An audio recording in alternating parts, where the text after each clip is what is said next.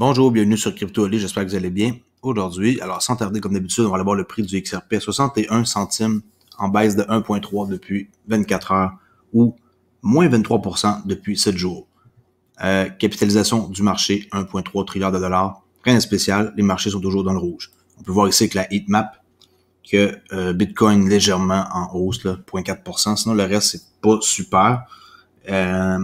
Alors, Fiat Leak, de même, là, sur le XRP, on voit une montée, une descente, puis le reste, ça va nulle part.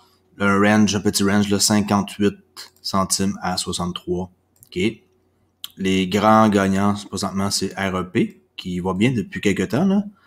KNC, mais REP avec 22%.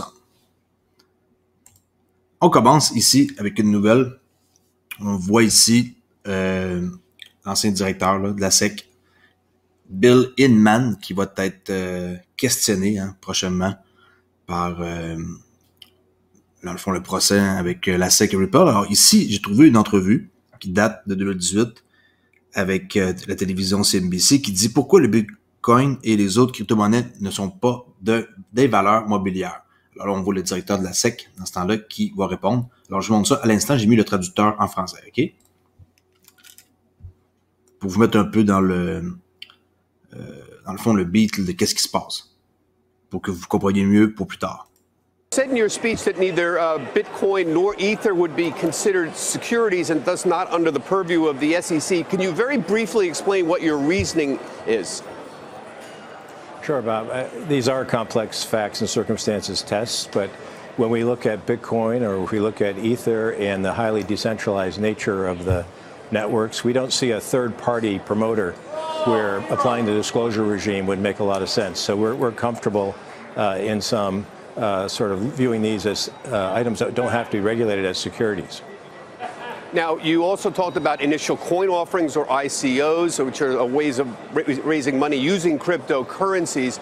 Did you use a similar reasoning? You implied that most seem to be securities, ICOs, but some of them are not. Can you just show us what the difference is simply? I wish we had a simple way to say this is in and this is out. As I mentioned, they're usually facts and circumstances tests. But a key factor is there a third-party promoter here who knows much more about the instrument than investors might? If that's the case, that's sort of an initial indicator that we might have a securities transaction. If people are buying it for investment and for a return and looking to that party for a return, then again, that's an indicia of a security. If you have, on the other hand, a token that's just used in the network for a good or service, and that's why people are buying it, and that service is available and up and running, not under development, then you may not have a security. Mr. Hinman, Kelly here. Just to be clear, does that mean if stocks didn't have a third-party promoter, they wouldn't be securities? Well, as you know, Kelly, stocks represent an interest in an enterprise where there's a management team, and it's really, whenever you're buying a stock or a bond, you're relying on that management team. Those are the third-party efforts we're talking about, where someone is creating value for you, you're passive, and you're expecting their efforts to generate a return. So just to be clear, for example, a book of the month club that we're joining on an ICO or a golf club membership, we're not expecting any financial gain there. That would not be considered a security, am I right? Fair enough. If you have that system up and running, if you have someone promoting the next golf course and is selling interests, and the architect and the land and all the key items aren't there yet, and you buy 25 memberships, that may be an investment. You're looking for a return on that. On the other hand, if you go down the road and you buy an investment or you buy a membership in a club that's up and running and you just use it to play a round of golf, that's probably just a good old golf membership. You and Jay Clayton, the head of the SEC, have been very adamant that you are not going to change the definition of securities laws to fit this new technology. One of the points you made in your speech was the concern about the fraud that was out there in this space. Are you seeing significant fraud? We do certainly see cases where people are trying to repackage an investment opportunity as a coin or a token and saying that somehow because it's labeled that way, it's not an investment security. And in many cases, we have seen people doing that where the underlying enterprise is not a solid investment opportunity. It's been misrepresented. So we do see fraud, and we do see it being packaged up this way.